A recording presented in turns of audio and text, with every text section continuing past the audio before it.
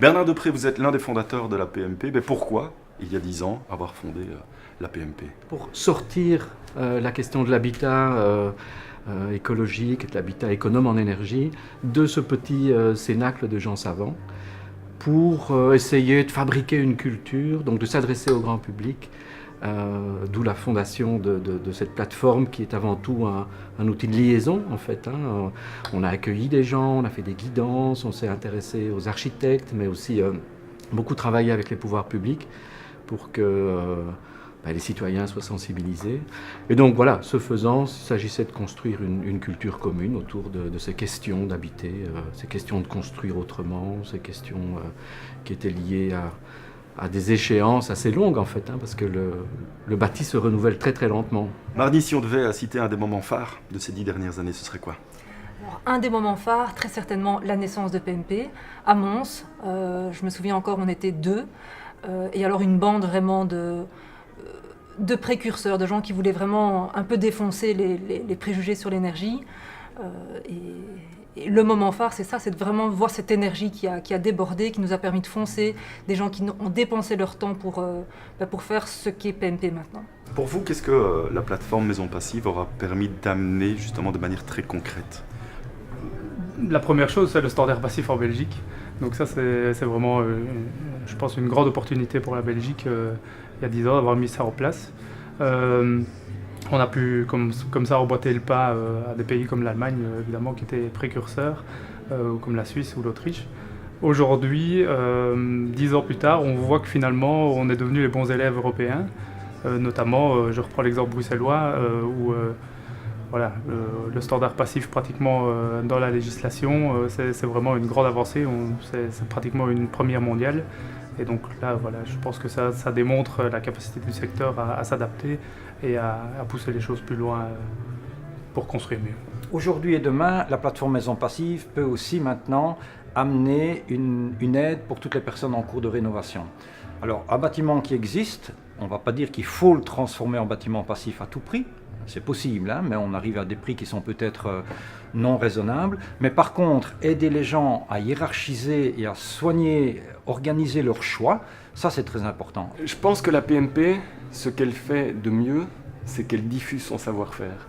Et ça c'est vraiment génial, elle diffuse ses compétences. Et donc nous on est là et on prend. On prend et on apprend et puis ils sont toujours là pour nous soutenir.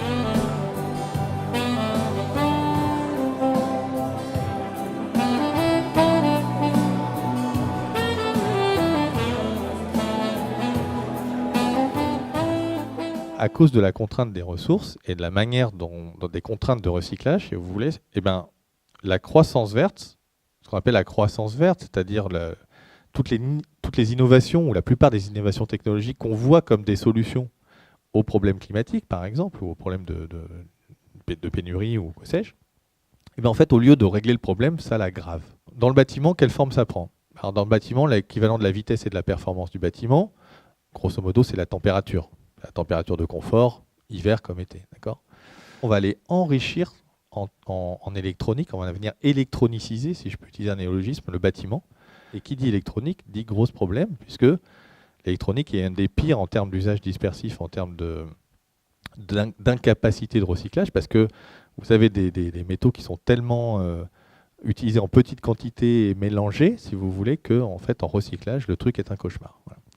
Donc, un peu par provocation, si vous voulez, j'ai dit, puisque la high-tech nous amène dans le mur, parce que plus on est high-tech, plus on utilise de l'électronique, etc., plus ça sent mauvais en termes de consommation de ressources rares et de recyclage, plus on s'éloigne de l'économie circulaire.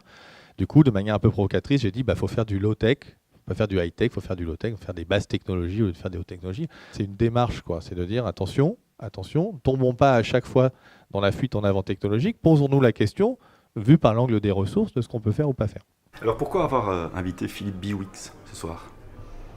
Mais pour deux raisons. En fait, la première, c'est que Philippe Biwix parle d'un sujet qui nous est très proche, qui est la limitation des ressources naturelles.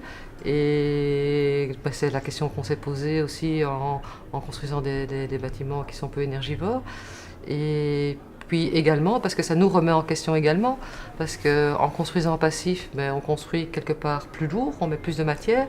Est-ce que ça a un sens? Donc justement, l'avenir où on voit les ressources naturelles diminuer et donc l'équilibre doit se faire entre diminuer nos consommations d'énergie et contrôler nos utilisations de matériaux.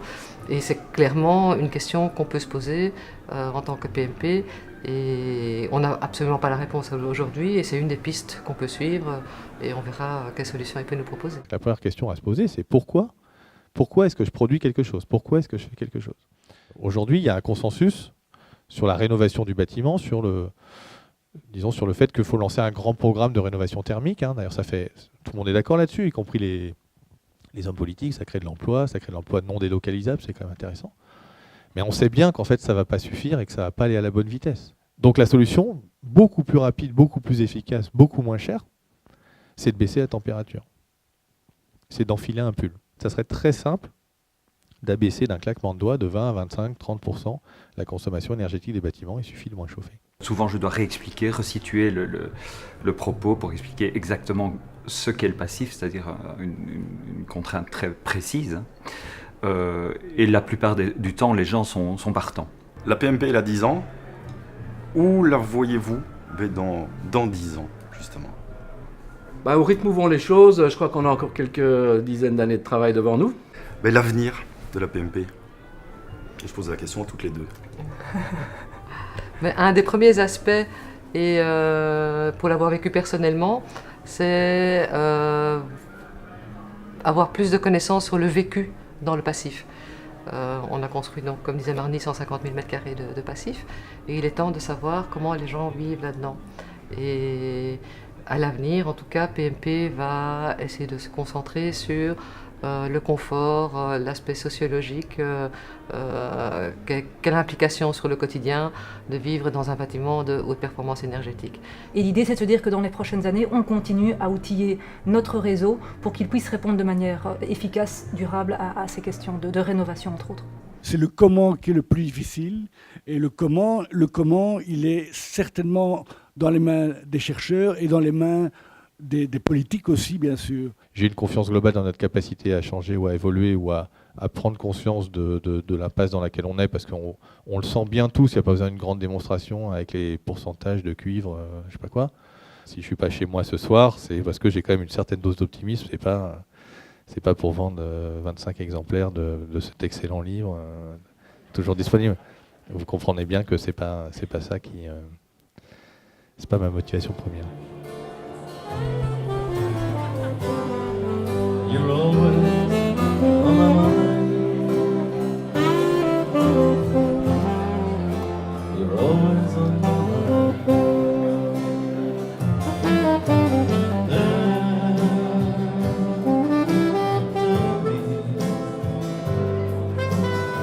Tell me that your sweet love isn't that